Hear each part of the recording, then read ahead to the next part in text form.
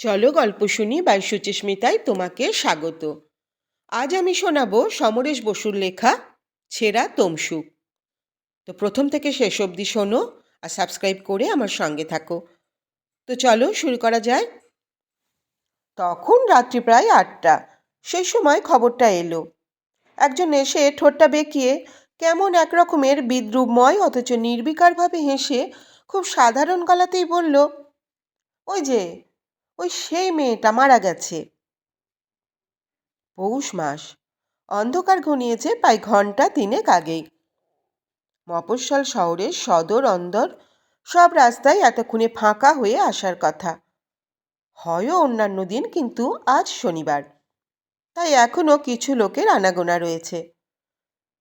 Railway স্টেশনের কাছে ভিড়টা একটু বেশি, কারণ দোকানপাট বেশি, আলোও বেশি, আর মানুষের যাতায়াত তো আছেই। তারপর রাস্তাটা উত্তর দক্ষিণে ক্রমেই ফাঁকা হয়ে গিয়েছে, দোকানপাট কমে এসেছে। আকাশে কুয়াশায় তারাগুলি মরা চোখের মতো নিষ্প্রভ।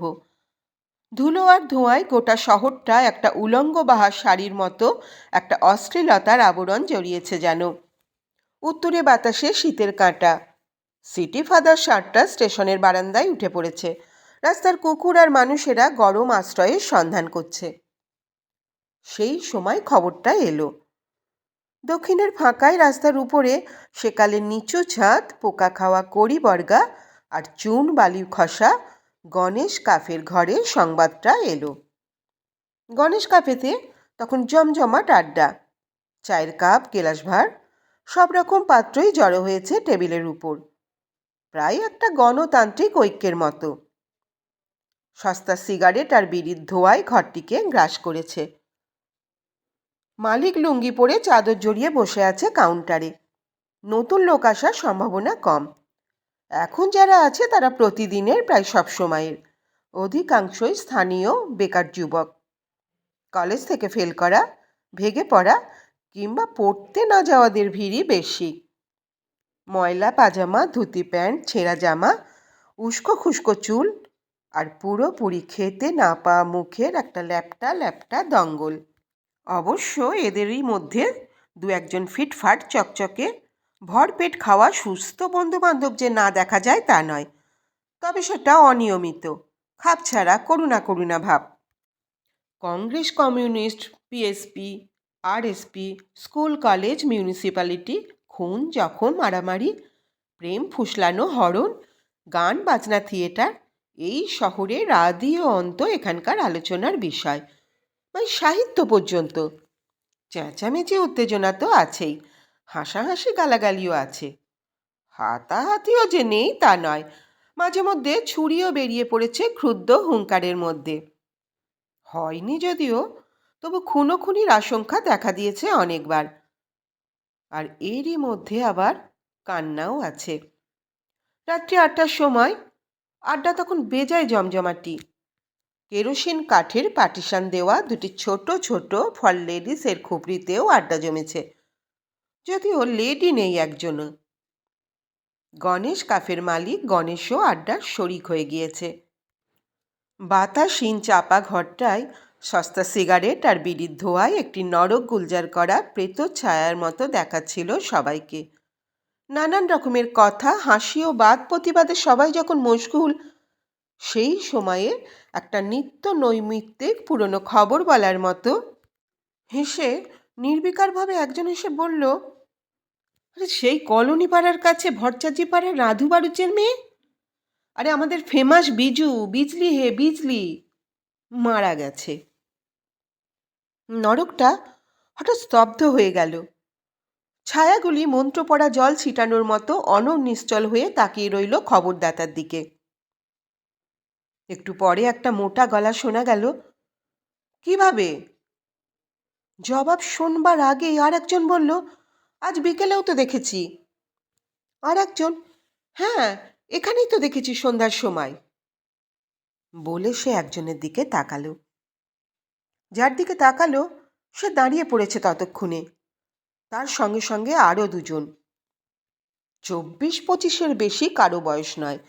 তিনজনই প্রায় একসঙ্গে শ্বাসরুদ্ধ অবস্থায় বলে উঠল, হ্যাঁ, আজ আজ সন্ধ্যে এসেছিল, কিন্তু কিভাবে মারা গেল, কোথায় আছে? যে খবরটা এনেছিল সে বলল, নিশি শ্যাকরার আমবাগানের ধারে নর্থ কেবিনের কাছে রেল লাইনের ওপরে। রেল লাইনে? হ্যাঁ, মালগাড়ির তলায় কাটা পড়েছে, আমি দেখে এসেছি। ঠিক গলার কাছ থেকে। সুইসাইড নিশ্চয়, নইলে সেখানে রাত্রিবেলা কে যায়? ততক্ষণে সেই তিনজন বেরিয়ে গিয়েছে। তারপরেও গণেশ কাফের নিচু ছাদঘরটা খানিকক্ষণ যেন দম চেপে রইল। একটু পরে একজনের গলা শোনা গেল। আশ্চর্য, কিচ্ছু বোঝা যায় না আজকাল। গণেশ ঘরঘরে গলায় বলল, সত্যি, আরে রেল লাইনটা যেন কি মাইরি। কেউ কেউ উঠল, বলল, যাই দেখে আসি। সেই তিনজন তখন ছুটতে ছুটতে অন্ধকার রেল লাইন দিয়ে নর্থ কেবিনের কাছে এসে পৌঁছেছে। জায়গাটায় রাস্তার আলো আসে না। কেবিনের আলো এসে পড়বার সুযোগ পায়নি একটি গাছের জন্য। গুটি তিনেক টিমটিমে রেল লণ্ঠন নিয়ে এসেছে কেবিনের কুলি। জিআরপি পুলিশও এসে গিয়েছে। মাঝে মাঝে চমকে উঠছে তাদের টর্চ লাইটের আলো। কিছু লোকের ভিড় ঘিরে রয়েছে ফোর্থ লাইনের একটা অংশ। ওরা তিনজনে ভিড় ঠেলে এগিয়ে গেল। লাইনের দিকে একবার তাকিয়ে একই সঙ্গে চোখাচোখি করলে তিনজনে। একটা অসহায় জিজ্ঞাসা ও বিস্ময়ে উদ্দীপ্ত তিন জোড়া চোখ। তিনজনেই যেন পরস্পরকে জিজ্ঞাসা করছে, এটা বিজুই তো? হ্যাঁ, বিজুই। চোখ নামিয়ে আবার দেখল তারা বিজলিকে। ঠিক ঘাড়ের কাছ থেকে মাথাটা কেটে গিয়েছে। জড়ানো রুক্ষ দীর্ঘ বেণীটা পুরোপুরি এলিয়ে পড়ে আছে লাইনের মধ্যে, কিন্তু মাথা শুদ্ধ লাল ফিতে স্লিপারের উপর। মাথাটা লাইনের মধ্যে, শাড়ি জড়ানো দেহটি লাইনের বাইরে পাথর আর ঘাসের উপর যেন কাত হয়ে এলিয়ে পড়ে আছে। রেল লাইনের টিমটিমে আলো বিন্দুর মতো চিকচিক করছে বিজলির চেয়ে থাকা স্বচ্ছ চোখে। হামুকটা খোলা, ঝকঝকে সাদা দাঁতে আলো পড়েছে। কপালের রক্তটিপটা জলজল করছে এখনো। আর এদিকে ঘাড়ের কাছ থেকে খয়েরি ডোরা কালো পাড় শাড়ির আঁচলটা ঠিক বুকের উপর দিয়ে টানা আছে। কোথাও যেন এতটুকু অবিন্যস্ত হয়নি। কেবল বাঁ পায়ের দিকে শাড়িটা একটু বেশি উঠে গিয়েছে, যেরকম উঠে যায় ঘুমন্ত মানুষের। হাতের লাল কাঁচের চুড়িগুলির কয়েকটা ভেঙে পড়ে আছে হাতের কাছেই। বাকিগুলি সবই আস্ত আছে, কোথাও রক্ত লেগে নেই। কেবল ঘাড়ের কাছে খয়েরি ডোরা কাটা শাড়িটা পেরিয়ে লাল ব্লাউজের বুকের উপর গড়িয়ে এসেছে এক দলা রক্ত। শীতের উত্তুরে হাওয়ার টানে তাইয়ের মধ্যে শুকিয়ে যেন বাসি হয়ে গিয়েছে। তাছাড়া আর সব ঠিক আছে। যেন ঘাড়ের সঙ্গে মাথাটা জুড়ে দিলে এক্ষুনি বিজু ওর বিজলি চমক হাসি হাসতে হাসতে উঠে বসে চমকে দেবে সবাইকে। যে হাসিতেই এই মফস্বল শহরের সবাই কোনো না কোনো দিন একবার চমকেছে। বিজু, হ্যাঁ বিজুই, কলঙ্ক যার অঙ্গের ভূষণ ছিল, যে কলঙ্কিনীর কথা বলতে রসিয়ে উঠত শহরের ইতর ভদ্র, যাকে সহজলভ্য মনে করে সেই চিরকালের টোপ ফেলাফেলি খেলা অনেক হয়েছে, কিন্তু প্রচণ্ড আক্রোশে গজরাতে হয়েছে নীরবে ও সরবে। অথচ যাকে কলেজের কয়েকটা পোড়ো কিংবা পড়তে পড়তে সরে পড়া রথ দুর্বিনীত ছেলের সঙ্গে প্রায়ই এখানে সেখানে ঘুরে বেড়াতে দেখা গিয়েছে নির্লজ্জের মতো। সন্দেহজনকভাবেই রাস্তার উপর গায়ে গায়ে জোরে হেসে হেসে শহরের গায়ে জ্বালা ধরাতে দেখা গিয়েছে। এমনকি আজও দেখা গিয়েছে সেই বিজলি, সেই রেলে কাটা মেয়েটা। গণেশ কাফের এই তিনজন আবার চোখাচোখি করল। ওরা তিনজন সেই কয়েকটা রথ ছেলে যাদের সঙ্গে বিজুকে দেখা যেত সবসময়। তাদের তিনজনেরই চোখের দৃষ্টি যেন গলায় দড়ি দেয়া লাশের মতো আরও উদ্দীপ্ত। একটা মহাশূন্যের মতো অশেষ বিস্ময় ও প্রশ্ন নিয়ে যেন এক্ষুনি চোখগুলি রক্ত কিংবা জলে ফোয়ারা ছুটিয়ে ফেটে পড়বে। বিজু, বিজুই তো, যে আজ বিকেলেও তাদের তিনজনের সঙ্গে গণেশ কাফেতে ছিল, যার কথার হাসিতে এমনকি রাগ ও অভিমানের মধ্যে একবারও ওই কাটা পড়া ছায়া দেখা যায়নি। তবে ভিড়ের মধ্যে কারেকটি রসালো দীর্ঘ শোনা গেল। তারপর চাপা গলায়, বড্ড বাড়িয়েছিল, বোঝো এবার। তিনজনের চোখ সঙ্গে সঙ্গে ভিড়ের দিকে ছুটে গেল খ্যাপা নেগড়ের মতো। কাউকে চেনা যায় না। রেল লণ্ঠনগুলি বিজলির কাছে নামানো, বিজলিকে ঘিরে রয়েছে। ভিড়ের লোকগুলি অস্পষ্ট। অচেনা আর চেনা লোকের গুঞ্জন একইভাবে চলেছে। কে? কার মেয়ে? ও, সেই মেয়ে। কি হয়েছিল? বুঝে না? হয়েছিল একটা কিছু নিশ্চয়ই। হবে, জানাই ছিল। বিজলির বাবা রাধু বাবুকেও দেখা গেল জিআরপি দারোগার পাশে। বিজুর দিকে ওর চোখ নেই, অন্যদিকে তাকিয়ে আছেন কোল বসা চোখে। খুবই অসহায়, তবু যেন একটা অপরাধীর ভাব। বিজলির লাশ কিংবা লাশ দেখতে আসা ভিড়ের কারো দিকেই তাকাতে পারছেন না। দারোগা জিজ্ঞেস করল, কত বয়স হয়েছিল আপনার মেয়ের? 23। বিয়ে দেননি কেন? দারোগার মতোই প্রশ্ন। রাধুবাবু বললেন, সঙ্গতি ছিল না। কি হলো হে, লাশ বাঁধো। একটু সেপাই জবাব দিল, বাঁশ নিয়ে জমাদার আসছে স্যার। দারোগা আবার বলল, 3rd ইয়ার থেকে পড়া ছেড়ে দিয়েছিল কেন আপনার মেয়ে? 6 মাসের বেতন বাকি পড়েছিল, তাই। তাহলে বলছেন কোনো চিঠিপত্রই রেখে যায়নি? না। দেখবেন মশাই, চেপে টেপে যাবেন না, পরে মুশকিলে পড়ে যাবেন। রাধুবাবু যেন ধরা পড়া চোরের মতো অন্যদিকে তাকিয়ে রইলেন। দারোগার টর্চ লাইট একবার ঝলকে উঠল কাটা বিজলির ওপর। লাশ বেঁধে নিয়ে যাওয়ার লোকেরা এলো। ওরা 3 জন এগিয়ে গেল রাধুবাবুর কাছে। ওদের 3 জোড়া উদ্দীপ্ত চোখে একটা হিংস্র প্রশ্ন বাগিয়ে ধরা ছুরির মতো চকচকিয়ে উঠল নিঃশব্দে। রাধুবাবুর কাছে তারা জানতে চায়, কি হয়েছিল, কেন মরেছে বিজলি? রাধুবাবু তেমনি অসহায়ভাবে তাকালেন, বললেন প্রায় চুপি চুপি, এই যে শঙ্কর আর নরেশ এসেছ। ও, প্রভাত এসেছ? হ্যাঁ, ওরা এসেছে, কিন্তু সেটা বড় কথা নয়। রাধুবাবু কি জানেন সেইটি বলুন। তারা জানতে চায় তাদের যে বিজু হাসতে হাসতে এসেছিল গণেশ কাফে থেকে, সে কেন গলা বাড়িয়ে দিয়েছে রেলের তলে।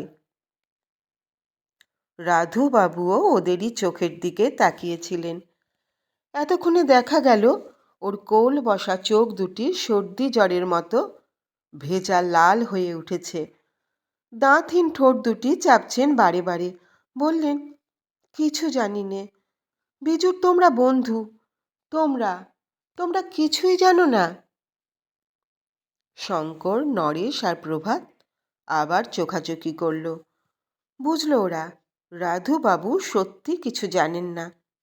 তবে তবে কে বলবে, কে জানে? 3 জনেরই দৃষ্টি গিয়ে পড়ল বিজলির উপর। ওরা চমকে পরস্পরের হাত চেপে ধরল, যেন ছিটকে বেরিয়ে যাবে কোথাও। দেখল বিজলির শ্যামলী মুখখানি ওর বুকের উপর বসিয়েছে জমাদারেরা, আর বিজলি এখন চেয়ে আছে ঠিক তাদের 3 জনেরই দিকে। ওরা 3 জনেই যেন নিঃশব্দে গলা ফাটিয়ে চিৎকার করে উঠল, বিজু, বিজু।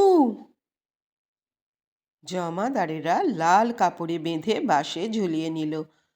দারোগা ডাকল, আসুন রাধুবাবু। ভিড় ছত্রভঙ্গ হলো। একদল লেগে থাকা মাছির মতো চলল জিআরপি লাশ অফিসের দিকে, লাশের পিছু পিছু। ওরা 3 জন কয়েক মুহূর্ত দাঁড়িয়ে রইল সেইখানে। তারপর আরও খানিকটা উত্তর দিকে গিয়ে শ্যাওড়ার জঙ্গল পেরিয়ে নির্জন আর অন্ধকার রেল পুলটার উপরে গিয়ে উঠল। রেলিংয়ের উপর ভর দিয়ে ঝুঁকে দাঁড়ালো। জংশন স্টেশনে সর্পিল লাইন এঁকে বেঁকে চলে গিয়েছে অনেক দূর। উপর থেকে দেখা যাচ্ছে গোটা শহরটাকে ধোঁয়া গ্রাস করে ফেলেছে। ওদের 3 জনকেও একটা ভয়ঙ্কর কিছু গ্রাস করে ফেলেছিল। শত চেষ্টাতেও কারো গলা দিয়ে যেন একটি শব্দও বেরোল না। কেবল নরেশ দম নিয়ে বলল, বিজু, বিজুটা। আর কিছু বলতে পারল না। কেবল মনে পড়ল রোজকার মতো আজকেও বিজু কেমন খিলখিল করে হেসেছিল বিকেলে। তিনজনই চুপ করে রইল। ঝিঝির চিৎকার শোনা যাচ্ছে।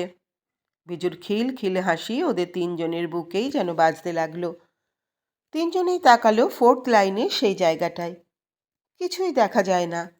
ওখানে লাইনের উপর হয়তো এখনো রক্তের দাগ লেগে আছে।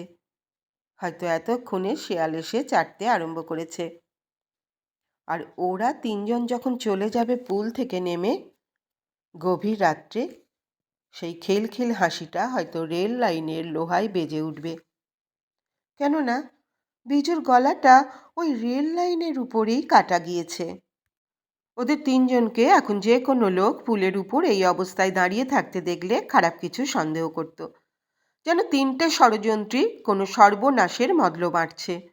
ওদের ময়লা ছেঁড়া জামা কাপড়, উস্কো খুস্কো চুল, সর্বোপরি ওদের রক্তাভ চোখে কুটিল প্রশ্ন ও কঠিন প্রতিহিংসার একটা বাসনা দপদপ করছে। মণিহারা অজগরটার মতো দারুণ যন্ত্রণায় ও আক্রোশে যেন ওরা মনের অন্ধকারে হাতড়ে ফিরছে বিজুর মৃত্যুর কারণটা।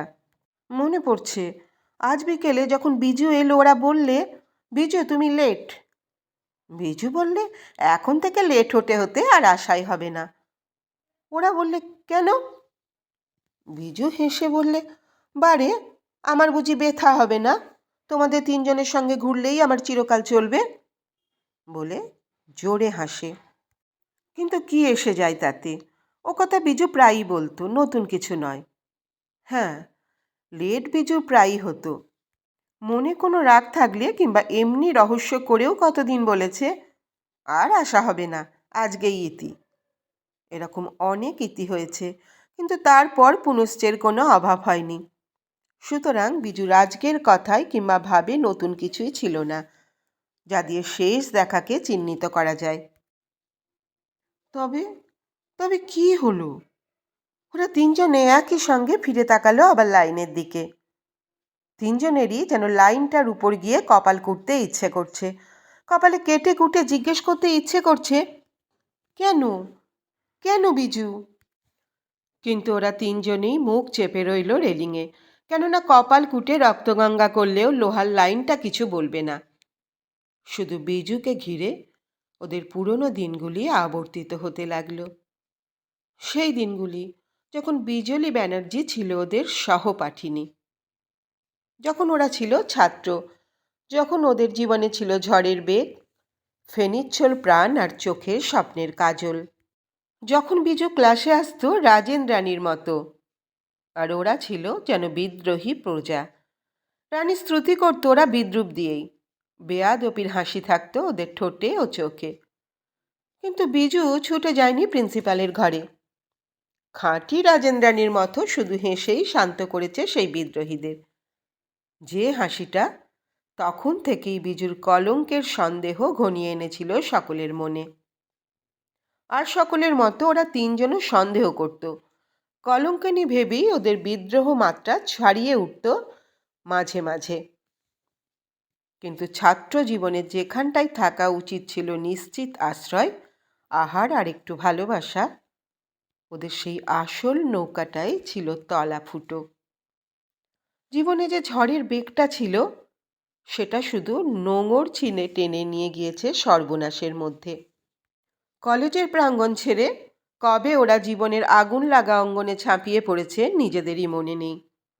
মনে নেই বাইরের প্রাঙ্গণে এসে কলেজের দলাদলি ভুলে কবে ওরা তিনজন বন্ধু হয়ে গিয়েছিল। বেকারি আর অনাহারের জ্বালায় কবে ওরা শহরের সেরা দুর্বিনীত ও বেয়াদব বলে কুখ্যাত হয়ে গিয়েছে সে কথাও ওরা জানে না। আর কে এক বিজলি ব্যানার্জিকে দিয়ে কোনো একদিন ওরা একটু মস্তানি করতে চেয়েছিল, সে কথা ওদের মনে থাকতো না যদি না 3 বছর আগের এক সন্ধ্যায় শহরের দক্ষিণে নিরালা রেল কালভার্টের উপর দেখা হয়ে যেত। রাজেন্দ্রাণীর চোখের কোলে সেদিন গভীর পরীক্ষা। চোখ দুটি বড় বেশি ভাসা ভাসা করুণ, মুখখানি শুকনো। হাত ভর্তি বাদাম ভাজা, মুখেও দু একটি দানা ছিল। ওদের তিনজনকে দেখে এক মুহূর্ত বুঝি লজ্জা পেয়েছিল বিজু। পর মুহূর্তেই সেই রাজেন রানীর হাসি বিদ্যুতের মতো ঝিলিক দিয়ে উঠেছিল তার করুণ মুখে। বলেছিল, আপনারা এখানে? বিজলিকে দেখা মাত্র ওদের তিনজনেরই জিভ চুলকে উঠেছিল বিদ্রূপ করবার জন্য। মনে মনে তৈরি হয়ে উঠেছিল পিছনে লাগার ফিকিরে।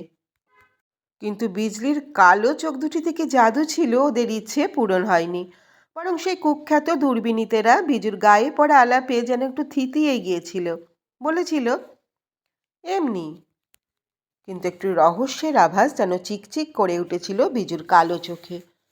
বলেছিল, আরও কদিন দেখেছি এখানে আপনাদের, বলে হাতের মুঠি খুলে বাড়িয়ে দিয়েছিল তিনজনের দিকে।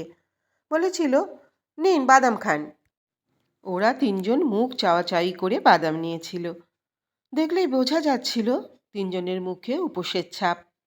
ছেঁড়া জামা কাপড় আর উস্কো খুস্কো চুলে তিনজনকে যতটা হতভাগা মনে হচ্ছিল, তার চেয়ে বেশি মতলববাজের ছাপ ছিল ওদের চোখে মুখে। ওদের তিনজনকেই একটা অস্বস্তি ঘিরে ধরেছিল। কি বলতে চায় মেয়েটা? ওরা কেন আসে এই কালভার্টের কাছে? জানে না কি সে? জানে না কি ওই অদূরে সাইডিংয়ের পাশ থাক দেয়া রেল স্লিপারগুলি সরাতে এসেছে ওরা? কেননা স্লিপারগুলি একটি কাঠের গোলায় পৌঁছে দিলে তবে ওরা কিছু টাকা পাবে। টাকা ওদের চাই, নইলে বাঁচা যায় না। আর বাঁচবার অন্য কোনো রাস্তা ওরা আবিষ্কার করতে পারেনি। কিন্তু বিজলি ওদের কিছুই বলেনি। শুধু সেই হাসিটুকুই লেগেছিল ঠোঁটের কোণে। বলেছিল, চলুন শহরের দিকে যাওয়া যাক। অসম্ভব। কাজ হাসিল না করে কেমন করে যাবে ওরা? পা ঘষছিল তিনজনেই। বিজলি আবার বলেছিল, চলুন। আশ্চর্য, সে ডাক ওরা ফেরাতে পারেনি।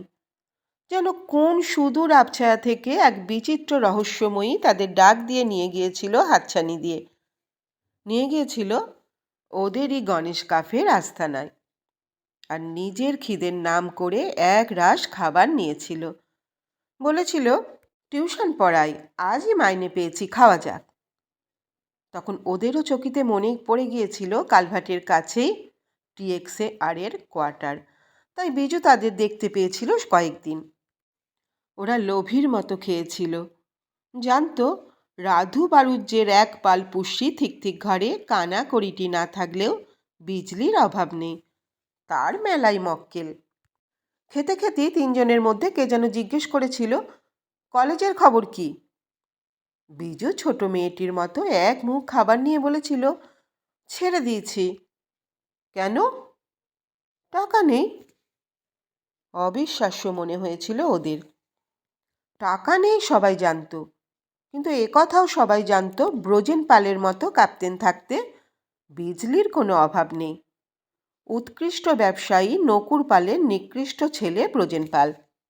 কিন্তু নকুরের মতো, সে তো ভগবানের মতো। তাই ভগবানের ওই হাতটি থাকলে গাধা পিটিয়ে নাকি ঘোড়া করা যায়। আর পাল বংশের কলেজের মুখ দেখা সেই তো প্রথম। অতএব বিয়ে পাশ করতে করতে 10 বছর লাগলেও ক্ষতি কি? নিকৃষ্টের পিছনে উৎকৃষ্ট টাকা থাকলেই তো গাধা একদিন ঘোড়ার মতো হেস্যাধ্বনি করতে পারবে। সেই হেস্যাধ্বনিরই বাসনায় খুঁড়ে মারা নাল থেকে মাথার শিরস্থান পর্যন্ত পোশাক আশাকে ব্রজেন একটি পাকা অশ্ব হয়ে গিয়েছে তখন। আমেরিকান কাট কোট প্যান্টের পকেটে তার উৎকৃষ্ট টাকা বাজত ঝনঝন করে। বিশেষ করে বাজিয়ে ফিরত সে বিজলির পেছনে। কলেজ থেকে রাধু বাড়িজ্যের বাড়ি পর্যন্ত ধাওয়া করতে দেখা গিয়েছে ব্রজেনকে। ব্রজেনের কথা শুনে মনে হতো বিজলির শাড়ি, ব্লাউজ, বই, ফাউন্টেন পেনটি পর্যন্ত সব ব্রজেনের টাকাতেই কেনা। সবাই তাই বিশ্বাস করত। ব্রজেনের সঙ্গে বিজলিকে এদিক ওদিক দেখাও যেত। তাই টাকা নেই শুনে ওদেরই গলায় খাবার আটকে যাবার দাখিল হয়েছিল। বিজুর চোখে সেই রহস্যের ঝিকিমিকি আরও কয়েকটা ঘুলঘুলি দিয়েছিল খুলে। হেসে বলেছিল, কি হলো? একজন জিজ্ঞেস করেছিল, ব্রজেনের সঙ্গে ঝগড়া হয়ে গেছে নাকি? পলকের জন্য বুঝি বিজলির চিবুক চিকচিক চোখ মেঘে ঢেকে গিয়েছিল। ঠোঁটের কোণে হাসিটুকু গিয়েছিল মরে। পর মুহূর্তেই আবার হেসে বলেছিল, ঝগড়া হবে কেন? যতটুকু ভাব দেখেছেন এখনো তাই আছে। ব্রজেন তো কখনো পেছন ছাড়ে না। আপনারা বোধহয় দেখেননি, ব্রজেন ছায়ার মতো আমাদের পেছনে পেছনে এসেছে। উঁকি দিয়ে দেখুন, রাস্তায় দাঁড়িয়ে আছে এইদিকে চেয়েই। ওরা উঁকি দিয়ে অবাক হয়ে দেখেছিল, সত্যি ব্রজেন বাইরে দাঁড়িয়ে। চোখে তার অপেক্ষামান কুকুরটার কৃপা প্রার্থনার দৃষ্টি, ঠোঁটে সিগারেট, দুহাত প্যান্টের পকেটে। ফিরে দেখেছিল ওরা, বিজলির ঠোঁটে যেন ক্লান্ত বিষণ্ণ হাসি। আর সেই ওদের তিনজনেরই বিজলিকে বড় অসহায় মনে হয়েছিল। ওদের দুর্বিনীত বুকেও মানুষের হৃৎপিণ্ডের অবশিষ্টাংশে টনটন করে উঠেছিল যে একটু। বিজু কেমন একটু হেসে আবার বলেছিল, মেয়ে হয়ে ব্রজেনের টাকা কেমন করে নেওয়া যায় বলুন? সেই মুহূর্তেই বিজলির দিকে তাকিয়ে থাকা চোখের চাউনি একেবারে বদলে গিয়েছিল ওদের। সেই মুহূর্তেই একটি মেয়ে জীবনের সত্যের তত্ত্বকে আবিষ্কার করে বিজলির নতুন পরিচয়ে অপরাধী হয়ে উঠেছিল নিজেরা। বিজলি তখন উঠে পড়েছিল। ওদের মধ্যে কে যেন বলেছিল, চলুন আপনাকে পৌঁছে দিয়ে আসি। বিজলির চোখে আবার রাজেন রানীর হাসি উঠেছিল চমকে।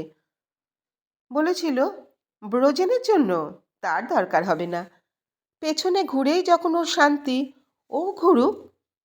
কিন্তু বিজলির চোখে রহস্য ঘনীভূত হয়ে উঠেছিল হঠাৎ। একটু থেমে বলেছিল, কালভার্টের এই বিচ্ছিরি জায়গাটায় আপনারা যাবেন না।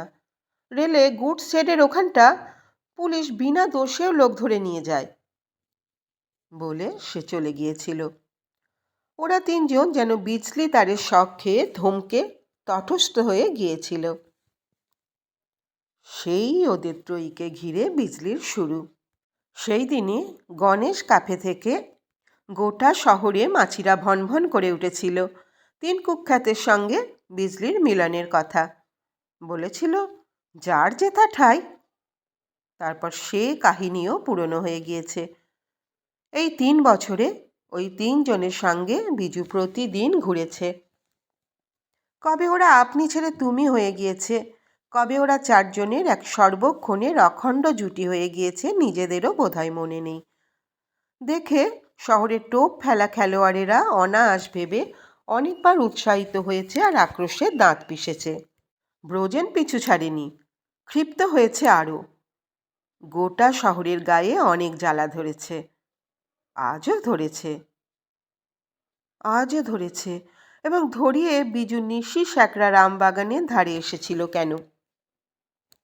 রেল পুলের উপর থেকে 3টে অভিশপ্ত প্রেতের মতো ওরা আবার ফিরে তাকালো 4th লাইনের সেই জায়গাটায়। আর ওদের 3 জনেরই মনে হলো, প্রথম দিন বিজুকে যে রহস্য ঘিরেছিল, আজ সেই রহস্যেই ওই 4th লাইনের উপরে শেষবারের জন্য গলা পেতে দিয়েছে। উদ্ঘাটনের কোনো চিহ্নই সে রেখে যায়নি। শুধু 3টি প্রেতাত্মা চিরকাল ধরে সেই রহস্যের সন্ধানে ফিরবে আর জানতে চাইবে, কেন বিজু নিশি স্যাকরা রামবাগানের ধারে এসেছিল।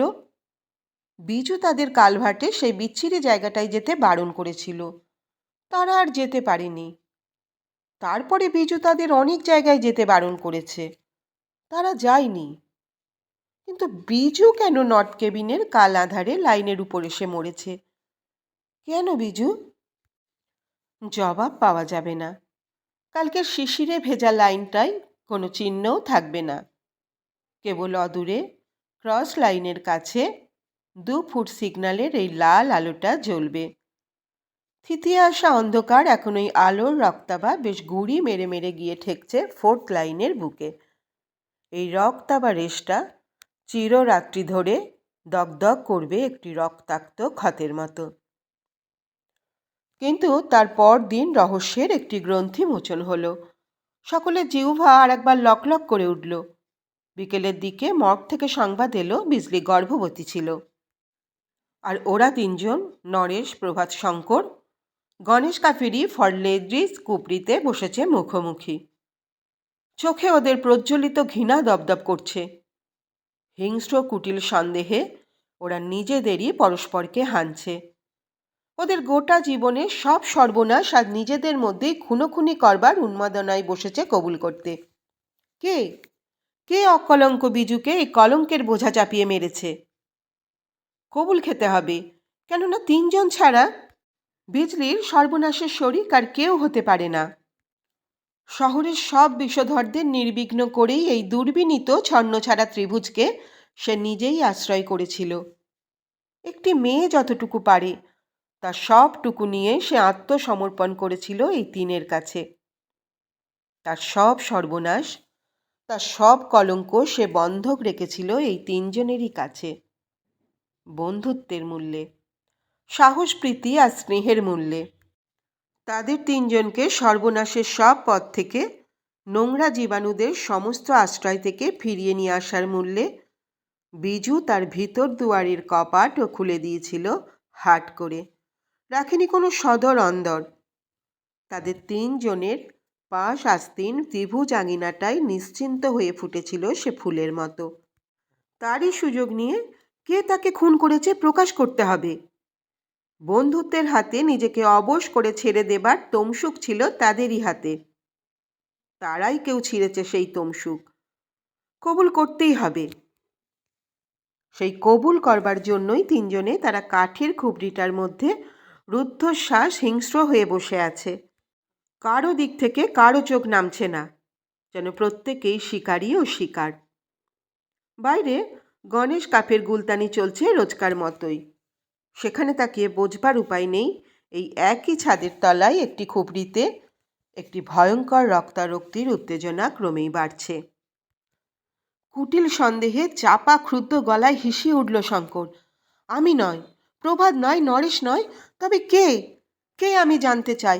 আর কে ছিল তার আমরা ছাড়া? যেন ছবল মারার আগে কেউটের মতো কাঁধ বাঁকিয়ে নরেশ গর্জে উঠল, আমিও তাই জানতে চাই। সে যেই হোক, আমি তাকে দু হাতে টিপে পিঁপড়ের মতো মারতে চাই। মানুষ যখন ভয়ঙ্কর হয়ে ওঠে তখন তার সবটাই নাটকীয় দেখায়। প্রভাত পকেট থেকেও সেই বিখ্যাত বোতাম টেপা ড্যাগরাটা বার করে খুলে রাখল টেবিলের উপর। শানিত ঝুড়িটার তীক্ষ্ণ ধার আজ রক্ত লোলুপতার যেন বড় বেশি চকচক করছে।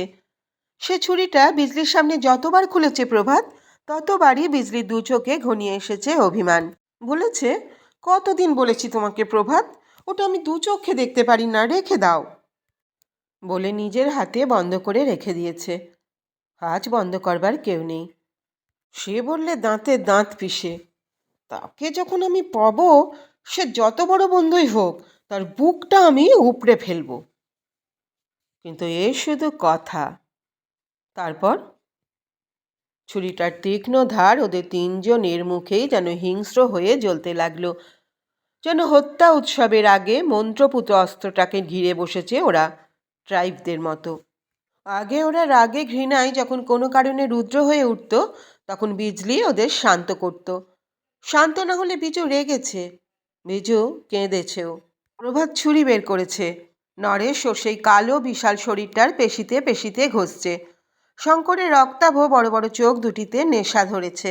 যে চোখ দেখলে বিজু হাসতে হাসতে আঁচলে ঝাপটা মেরেছে, বলেছে, এই রাক্ষস, চোখ করেছে দেখো। নরেশের পেশি শক্ত শরীর বিজলির ছোট হাতখানি চাপে কোনোদিনও নির্দয় দুর্দান্ত হয়ে উঠতে পারেনি। ওরা প্রতিটি দিনের পাতা উল্টে উল্টে দেখছে, খুঁজছে পরস্পরের প্রতিটি দিনের ব্যবহার। প্রতিটি দিন কে কবে কেমন করে হেসেছিল, কতখানি বেশি ঘনিষ্ঠ হতে পেরেছিল বিজুর। কোনোদিন কে কতক্ষণ একলা ছিল বিজুর সঙ্গে, বিজু কাকে কবে একটু বেশি স্নেহ করেছিল। ওদের মনে এই অবিশ্বাস আর সন্দেহের জ্বর লুকিয়েছিল হয়তো, কিন্তু তখন বিজু ছিল। রামধনুর মতো কোনো কালকুট মেঘকে ঘন হতে দেয়নি। বুক চেপে হাঁটা শাপত অন্ধকার পারেনি ফিরে আসতে। আজ ওদের সেই মন হতাশায়, অবিশ্বাস আর সন্দেহে হিংস্র। সেই শাপত অন্ধকারটাই গ্রাস করেছে আজ তিনজনকে। তাই প্রতিদিনের 19-20 ঘেঁটে ঘেঁটে খুঁজছে ওরা, কে কে হতে পারে। বিজুর নিশি শ্যাকরা রামবাগানের ধারে যাবার আগে কাল বিকেলে ওকে কেমন করে কথা বলেছিল তিনজনে, সেটাও ভাবছে ওরা। ভাবছে তিনজনের মধ্যে কাকে বাঁচাবার জন্য ঘুণাক্ষরেও কিছু বলেনি বিজু। এক সময়ে নিজেদেরই নিঃশ্বাসে চমকে উঠে ওরা পরস্পরের দিকে তাকায়, তারপর টেবিলের উপর ছুরিটার দিকে, যেখানে অনেক দিন বসেছে বিজু, আর বিজুকে ঘিরে ওরা বসেছে চেয়ারে। সন্দেহ আর অবিশ্বাস ওদের ছাড়ে না। শেষ পর্যন্ত নিজেদের মধ্যে ওরা একটা রক্তারক্তি কাণ্ড করবে। তবু বিজুর প্রতিদিনের স্মৃতি ওদের মাঝে মাঝে আনমনা করে তুলছে। শঙ্কর হঠাৎ ডাকে, প্রভাত। প্রভাত সন্দেহ করে আগে থেকেই রুক্ষ হয়ে জবাব দেয়, কি? নরেশ দুজনের দিকেই তাকায় তীক্ষ্ণ চোখে। শঙ্কর বলে, বেচু পাঠক তার বুড়ি দিদিকে খুন করতে চেয়েছিল, মনে আছে? প্রভাত ভ্রু কুঁচকে বলে, তাতে কি? বেচু পাঠক তোকে দিয়ে খুন করাতে চেয়েছিল সম্পত্তির লোভে। তোকে নগদ 2000 টাকা দিতে চেয়েছিল। বেচু পাঠক দরজা খুলে রাখবে রাত্রে, তুই গিয়ে শুধু বুড়ির গলাটা টিপে রেখে আসবি অন্ধকারে, ব্যাস, আর কিছুই নয়। এমনকি বেচু পাঠক পরে ধরিয়ে দিতে চাইলেও তোকে ধরবার কোনো উপায় থাকতো না। প্রভাত প্রায় চিৎকার করে ওঠে, কিন্তু তাতে কি হলো? শঙ্কর যেন প্রায় চুপি চুপি বলল, তুই তা করিসনি, বিচু তোকে বারণ করেছিল বলে। শঙ্করের গলার স্বরে প্রভাত আর নরেশ যুগপৎ চমকে ওঠে। দুজনেরই চোখে ঘৃণা আর উত্তেজনা ছাপিয়ে একটা নিশি পাওয়া ব্যাকুলতা ওঠে ফুটে। ওদের তিনজনেরই চোখের উপর ভেসে ওঠে বিজুর মূর্তি। হ্যাঁ, বিজু প্রভাতকে যেতে দেয়নি বেচু পাঠকের দিদিকে খুন করতে। খুন করার ভয়াবহ নারকীয়তার রূপ ওদের অনুভূতি থেকে বহুদিন বিদায় নিয়েছিল। ওদের সেই অনুভূতিটাকে ফিরিয়ে দিয়েছে বিজু।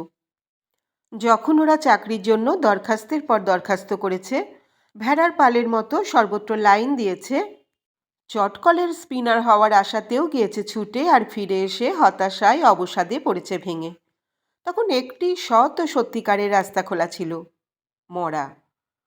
খবরের কাগজের একটি শিরোনামকেই ওরা বাড়াতে পারত, অনাহারের জ্বালায় যুবকের আত্মহত্যা। কিন্তু তা করেনি ওরা। তারই একটা রকম ফের জীবনের যত ভয়াবহ অন্ধকার সুড়ঙ্গ পথগুলি বেছে নিয়েছিল, কেননা ওরা দেখেছিল এ দেশে ওইটি প্রশস্ত পথ। সেই সময়ই বিজুর আবির্ভাব হয়েছিল ওদের জীবনে। সে আগলে দাঁড়িয়েছিল এই অন্ধকার সুড়ঙ্গগুলি। সেই সময় দেখেছিল ওদের রাজেন্দ্রাণীর মুখে ঠিক ওদেরই মতো উপোসের ছাপ। তখন থেকে ওরা 2 পয়সার বাদাম, 4 পয়সার মুড়ি, 2 গ্লাস চা বিজুর সঙ্গে ভাগ করে খেয়েছে। অনাহারের মধ্যেও সমস্ত লোভ জয় করেছে ওরা। প্রভাত গোঙার মতো ঘড়ঘড়ে গলায় বলল, হ্যাঁ, বিজু বারণ করেছিল, বলেছিল বারণ না শুনলে সে মরবে, বিজু মরবে। তাই আমারও যত ঘেন্না হয়েছিল টাকার লোভে। বিজু বারণ করেছিল, বিজু তোকেও বারণ করেছিল শঙ্কর। দাশু গাঙ্গুলি তোকে 500 টাকা দিতে চেয়েছিল, শুধু ওর অপোজিট পার্টির লিডার কেদার ঘটকের নামে একটা মেয়ে মানুষকে জড়িয়ে মিথ্যে বক্তৃতা দেবার জন্য। মানহানির মামলা করলে টাকা দেবার চুক্তি ছিল দাশু গাঙ্গুলির, কিন্তু তুই যাসনি, বিজু বারণ করেছিল। যেন মাতালের মতো সুরহীন গলায় বলতে থাকে প্রভাত, বিজু তোকেও বারণ করেছিল নরেশ। ডাক্তার তালুকদার তোকে মাসে 300 টাকা মাইনে চাকরি দিতে চেয়েছিল, শুধু তার স্মাগলিংয়ের কর্নারগুলির উপর নজর রাখবার জন্যে, দলের বিশ্বাসঘাতকদের ওপর স্পাইংয়ের জন্যে। সেই চাকরি তুই নিসনি, বিজু তোকে বারণ করেছিল। বিজু তাদের বারণ করেছিল, এই কথাটা কাঠের খুবরির মধ্যে আবর্তিত হতে থাকে। বিজু তাদের ঘেন্না করতে শিখিয়েছিল, তাই তারা অন্ধ সুড়ঙ্গগুলির মুখে পা দিয়ে ফিরে এসেছিল। তাই তারা এই সংসারের সকল অনাহারীর সাধারণ দলেই এসে ভিড়েছিল, বাঁচতে চেয়েছিল আর সকলেরই মতো রোষে ও রাগে, কষ্টে, কান্নায়। আর তবু উপসী বিজু তাদের 3 জনের তিলে তিলে মরা মূর্তিগুলোর দিকে তাকিয়ে কখনো চোখের জল চাপতে পারেনি। মুখ নিচু করে যেন অপরাধিনীর মতো বলেছে, হয়তো আমারই জন্য তোমরা মরছ, হয়তো আমার ভুল হচ্ছে, তোমরা একটু ভাবো। কিন্তু যখন আর ভাববার কিছু নেই। একদিন যে পথ থেকে ফিরে এসে ওরা বিজুকে ঘিরেছিল, যেই পথটাকে ওরা ঘৃণা করতে শিখেছিল, বিজু ফিরিয়ে দিতে চাইলেও ওরা ফিরে যেতে পারতো না, পারবেও না। কারণ ঘৃণা শুধু নয়, ওরা একটি ভালোবাসাকে পেয়েছিল, একটি বিজুকে পেয়েছিল, যার সঙ্গে ওরা সংসারের লাঞ্ছিতদের হাটের মিছিলে চেয়েছিল শরিক হতে। তাই রাজেন রানীর শোক বিমূঢ় চোখের জল তারা মুছিয়ে দিয়েছে। ওই কালো চোখে দপদপ করে আগুন জ্বালারই তাপ চেয়েছে তারা। মৃত্যুহীন নির্বহের খিলখিল হাসির ঝঞ্ঝনায় এ বিশ্ব সংসার কেঁপে উঠুক, তারা তাই চেয়েছে। সেই হাসি তাই শেষ দিন পর্যন্তও হেসেছিল বিজু। অনেক দ্বিধাদ্বন্দ্ব, ভয়, দুর্দশাগ্রস্ত জীবনে সেই হাসিটাই তাদের অনেক নির্বহের নিশান হয়েছিল। সেই হাসিটা ছিনিয়েছে কে? আর কারা ছিল বিজুর জীবনের সব অন্ধিসন্ধির খবর জানতে? অসহায় আর অপমানিত ভদ্রলোক রাধু বাড়ুজ্যের সপরিবারে তিলে তিলে মরতে দেখেছিল তারা। শুধু তাদেরই তিনজনের জন্য রাধু বাড়ুজ্যে তার আইবুড়ো মেয়ের কলঙ্কে মাথা নত করেছিলেন। সেই সবচেয়ে বড় কলঙ্কের গুপ্ত তথ্য কি, তা তো শুধু তারা তিনজন আর বিজুই জানত। তারা চারজনেই শুধু জানত। সেই কলঙ্ক ছিল শুধু তাদের চারজনের হাত ধরাধরি করে বাঁচা, তাদের বন্ধুত্ব। বন্ধুত্বের সেই সুযোগ নিয়ে কে মেরেছে বিজুকে? তিন জোড়া চোখের কুটিল সন্দেহ, ঘৃণার দৃষ্টি কেউ কারোর উপর থেকে নামাতে পারছে না ওরা। কিন্তু সদ্য অবিশ্বাস সন্দেহ ওদের ক্রোধের আগুনে আর তেমন করে ছুরিটার তীক্ষ্ণ ধার চকচক করছে না। অবসাদগ্রস্ত মনে শুধু একটা হাহাকার ওদের যেন গ্রাস করে ফেলেছে।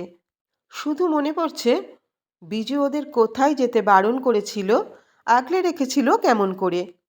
সর্বনাশীর মতো কেমন করে সে তিনটি পুরুষে ছটি থাবার উপরে নিজেকে নিশ্চিন্তে মুক্ত করে দিয়েছিল। গণেশ কাফের ঘরে ভিড় কমে এসেছে। ক্রমেই চুপচাপ হয়ে যাচ্ছে সামনের ঘরটা। রাস্তার গাড়ি ঘোড়ার শব্দও কমছে। নরেশ হঠাৎ যেন ছটফট করে উঠল। ছুরিটা হাতে নিয়ে এসে দ্রুত চাপা গলায় বলল, আমি বলবো, একটা কথা বলবো। শঙ্কর আর প্রভাত দুজনেই ফিরে তাকালো তার দিকে। নরেশ যেন স্বপ্নাচ্ছন্নের মতো শূন্য দৃষ্টিতে চেয়ে বলল, একদিন সেদিন তোরা দুজনে ছিলি নে, কোথায় গেছিলি? এই ঘরে আমি আর বিজু। বিজু হাসছিল, অনেক কথা বলছিল, কিন্তু আমার কি হলো আমি জানি নে। বিজুর শরীরের দিকে সেই আমি প্রথম তাকালাম। সেই যেন প্রথম জানলাম যে বিজুর রূপ আছে, যৌবন আছে, আশ্চর্য সুন্দর তার গঠন। আমি পাগলের মতো দুহাতে জড়িয়ে ধরলাম বিজুকে। বিজু যেন একবার কেঁপে উঠে স্থির হয়ে গেল। বলতে বলতে নরেশ প্রকাণ্ড শরীরটা নিয়ে যেন হাঁপিয়ে উঠল, কিন্তু কেউ ওকে কিছু বলল না। দুজনে স্থির তীক্ষ্ণ চোখে তাকিয়ে আছে নরেশের দিকে। নরেশ আবার বলল, জড়িয়ে ধরে আমি বারবার ডাকতে লাগলাম, বিজু বিজু। বিজুর মুখ আমি দেখতে পাচ্ছিলাম না, তাকাতে আমার সাহসও হচ্ছিল না। কিন্তু একটু পরে বিজু দু হাত দিয়ে আমার মাথাটা জড়িয়ে ধরল। বলল, কি বলছো নরেশ? আমার চোখে বুঝি তখন রক্ত। ফিরে তাকালাম তার দিকে। দেখলাম মুখে তার হাসি, কিন্তু চোখে জল।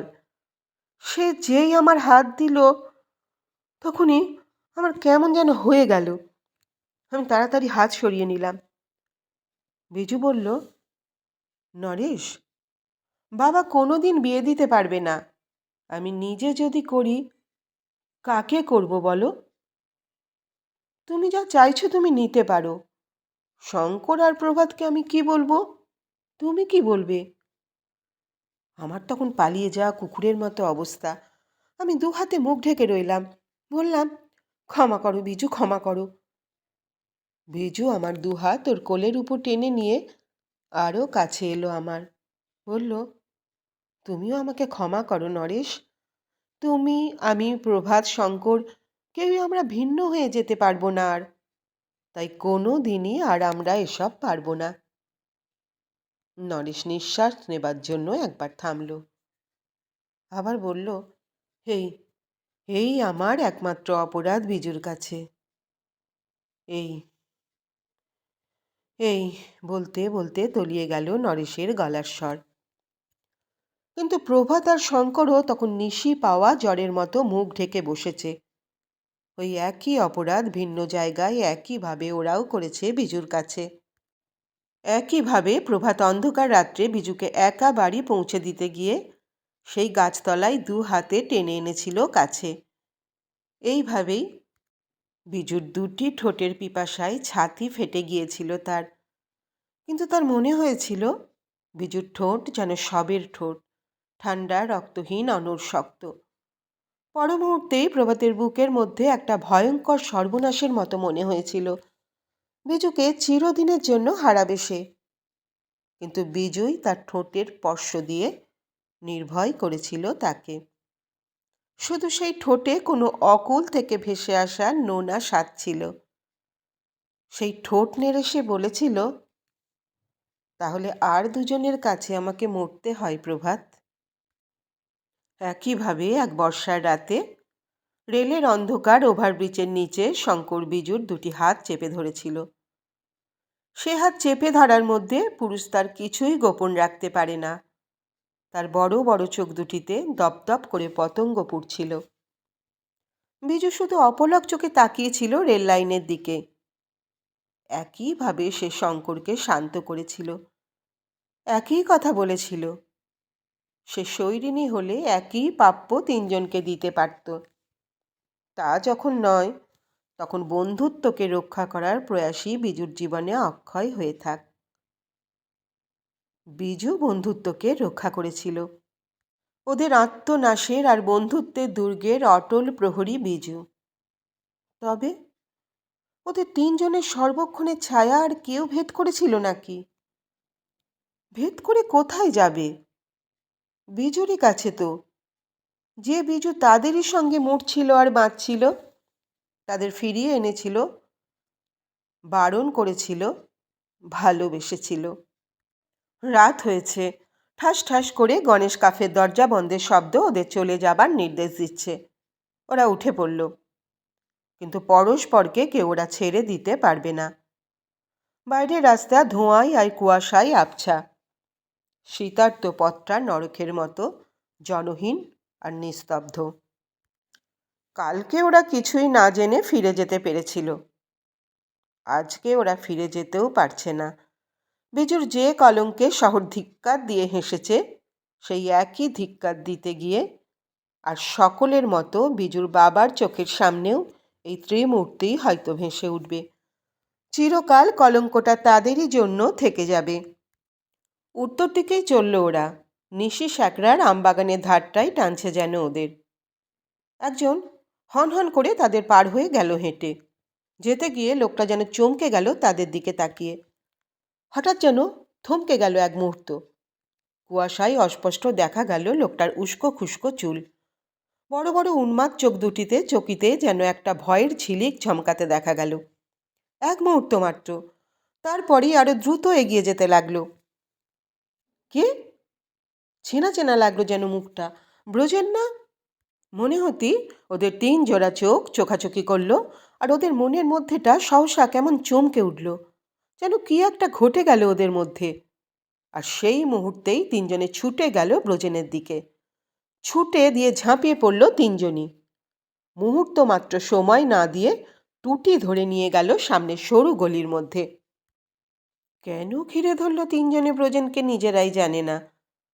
শুধু ব্রজেনের মুখে যেন ওরা কি দেখতে পেয়েছে। দেখতে পেয়ে চমকে উঠেছে।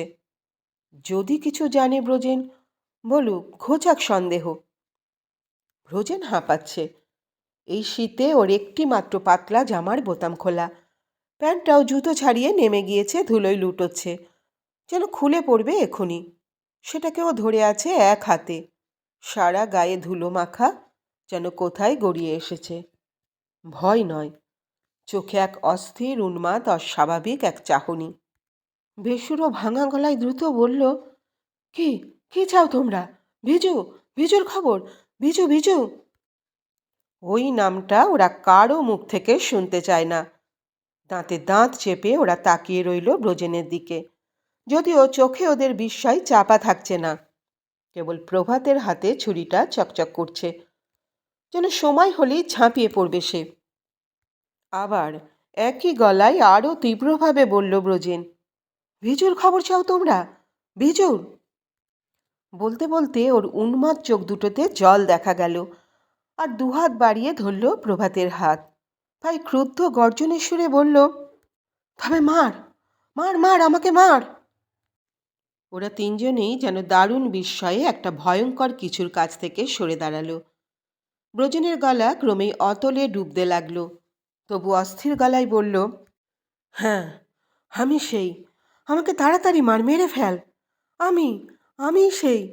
আমি তাকে 3 মাস আগে 700 টাকা দিয়েছিলাম। সে আমার কাছে এসে চেয়েছিল, নইলে তার বাপকে আর তার মা ভাই বোনকে বাড়িওয়ালা এক রাত্রে বাইরে বার করে দিত। 2 বছরের বাড়ি ভাড়া আমি তাকে দিয়েছিলাম একটা শর্তে, যে শর্তে আমি তার পিছনে ছায়ার মতো ঘুরেছি, ছায়ার মতো। ওরা তিনজনেই যেন ওত পেতে দাঁড়ালো ব্রজেনকে টুকরো টুকরো করবার জন্য। ব্রজেনের গলা সহসা আরও চলল, বলল, মার প্রভাত, শঙ্কর, নরেশ, মার আমাকে। আমি সেই বিজু যাকে সবচেয়ে বেশি ঘেন্না করত, যার কাছে শুয়ে তাকে মরার যন্ত্রণা পেতে হয়েছিল, যার ঠোঁটে মুখে সে থুতু দিয়েছিল, অভিশাপ দিয়েছিল, তবু তার নিজেকে বিলিয়ে দিতে হয়েছিল। আমি সেই, যে তাকে তবু লোভীর মতো ছিঁড়ে খেয়েছে অনেক দিনের লালসায়। আমি সেই, যে তাকে শেষবারের মতো মেরেছে। মার, মার, মার আমাকে। কিন্তু খুনের নেশা কোথায় গিয়েছে তিনজনের? একটা অবিশ্বাস্য ভয়ঙ্কর কাহিনী শুনে তিনজনেরই যেন জলশক্তি রহিত, বেহুবাল হয়ে গিয়েছে। শুধু একটা উন্মাদ জন্তু তাদের কাছে হাঁটু গেড়ে বসে মৃত্যু ভিক্ষা করছে। মৃত্যু ভিক্ষার আর্তনাদ ওরা শুনছে, কিন্তু এখনও যেন সেই বিজয়ী ওদের হাত ধরে রেখেছে, যে তাদের সব পঙ্কিলতা আর পাশ থেকে ফিরিয়ে এনেছে। মনে হলো ব্রজেনকে খুন করার নিষ্ঠুরতাকে বিজয়ী 2 হাত দিয়ে আঁকলে ধরে রেখেছে। ওরা দেখল সেই 5 আস্তিন ত্রিভুজের ভিটেটায় এখনও ফুলটা ফুটে আছে অম্লান। সহসা ব্রজেনের গলার স্বর মোটা আর স্পষ্ট শোনালো, বলল, মারতে পারলে না তোমরা? আমি কাল রাত্রি 8টা থেকে 24 ঘন্টা বাঁচবার আপ্রাণ চেষ্টা করেছি, ঘুরেছি। সে বেঁচে থাকলে আজীবন তার পিছে পিছেই ঘুরতাম। আবার ওর চোখে সেই উন্মাদ ভাব পুরোপুরি ফিরে এলো। প্যান্ট হেজড়ে হেজড়ে টলতে টলতে চলে গেল সামনের ঝুপসি জঙ্গলের দিকে। ওরা তিনজন তখনও তেমনি দাঁড়িয়ে, তখনও ওদের নড়বার মতো ক্ষমতা ছিল না। হয়তো ব্রজেন রেল লাইনে মরতেই গেল। যাক, ওরা ফেরাতে যাবে না, কারণ ওদের বুকের মধ্যে তখনও ফেটে পড়ার একটা ভয়ঙ্কর যন্ত্রণা টনটন করছে। 3টি বুকে বিজয়ী তখন ফিসফিস করে যেন বলছে, কেন কিছু মরেছে কেন? শেষ হলো আজকের গল্প। আবার আসবো অন্যদিন অন্য গল্প নিয়ে। ভালো থেকো।